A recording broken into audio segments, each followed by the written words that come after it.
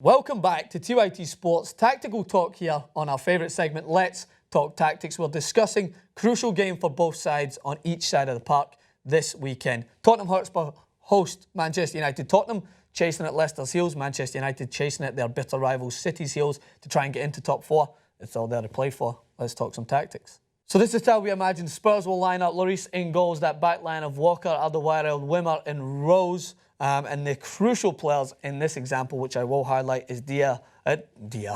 He's that good, I've almost been pronouncing him as if he's foreign. Dyer, Dembele, Lamela, Eriksen, Ali and Harry Kane. Good old Harry Kane up top. So Tottenham Hotspur, man, when they stuck to what had worked for them against Liverpool, they looked more threatening.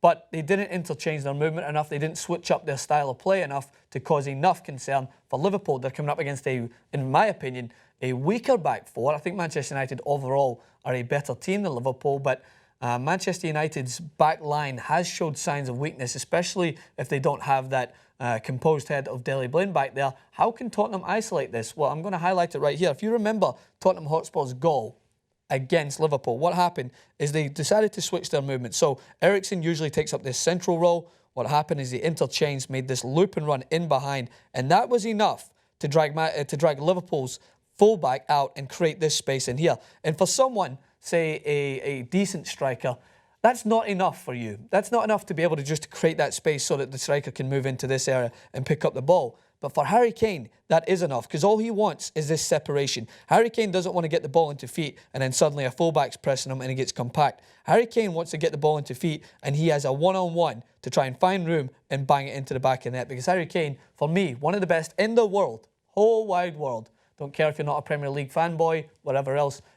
One of the best in the world at finding space to get a shot off. He shoots on cue. He's very unpredictable, and Tottenham need to just do everything they can to utilise that to the best of their ability. So what you'll often see is now that Eriksen's back fully fit, he'll make this loop and run in behind. If he doesn't get the ball, if he happens to find his way into this area and doesn't pick it up, what does that leave? Oh yeah, all this room in here for Ali, because Manchester United, as you know, are not as compact with their two central defensive midfielders. So Schneiderlin will either be drawn out here, which he should do, and then Carrick will step in. But that doesn't happen with United. They often leave this massive gap in here, which will allow for Ali or Lamela coming in to pick up possession and be very effective in the final third. That's just a quick bit of tactical analysis for Tottenham. I think they have everything shored up. They're one of the easiest teams to break down tactically because they're so firm in how they approach the game.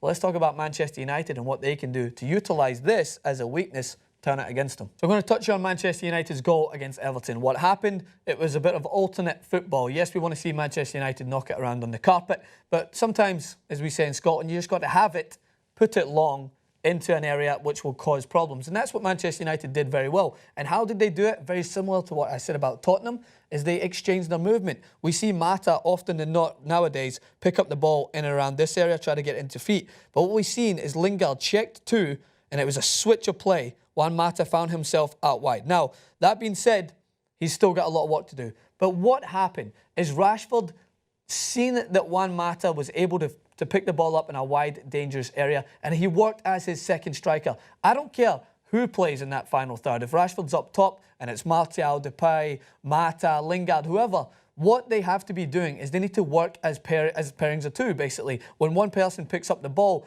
that central player, whether it's Rashford coming into his own up top or whether Martial's made that run inside as we see him do, he needs to act as a pairing, almost like a set of strikers, the little and large combination. And what that means is when Mata got the ball out here, automatically Rashford did this, is he checked into this area to try and ask for the ball into feet, giving him an option. What that does is this brings out Tottenham's defenders, which happened, by the way. Go and watch Liverpool's goal and how they scored against Tottenham. This is exactly what happened. Daniel Sturridge peeled away, worked as a second striker, and all his job was to act as a decoy and allow for Coutinho to make that run. So in the specific example against Everton, yes, Rashford picked the ball up here, and it was Fosu Mensah, of all people, who found the way to make the run in behind, drill it across goal, and Martial was at the back post. But what this will allow for the likes of Lingard, which I want to see more so, is if Juan Mata makes this run out wide, I want to see Lingard come inside, because he'll probably start in the wide right, make that run inside. And what this will do is if they work as pairings of two, talking about Mata and Rashford or whoever plays that central role,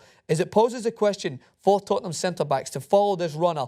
And I know for a fact that Tottenham Hotspur are not as compact as they have been before. So allow just this little bit of space in here for the likes of Lingard to make this run in behind and link up with Rashford, or if Manchester United get brave and decide to put forward another midfielder for that trailing run. It's all created from working as pairings of two up there.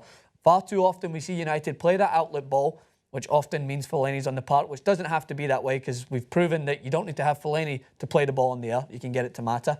But sometimes they're left stranded up there and people look at them, all right, work your magic. Happens to Martial all the time. He gets the ball into feet in a half-decent area and he has to make something out of it on his own.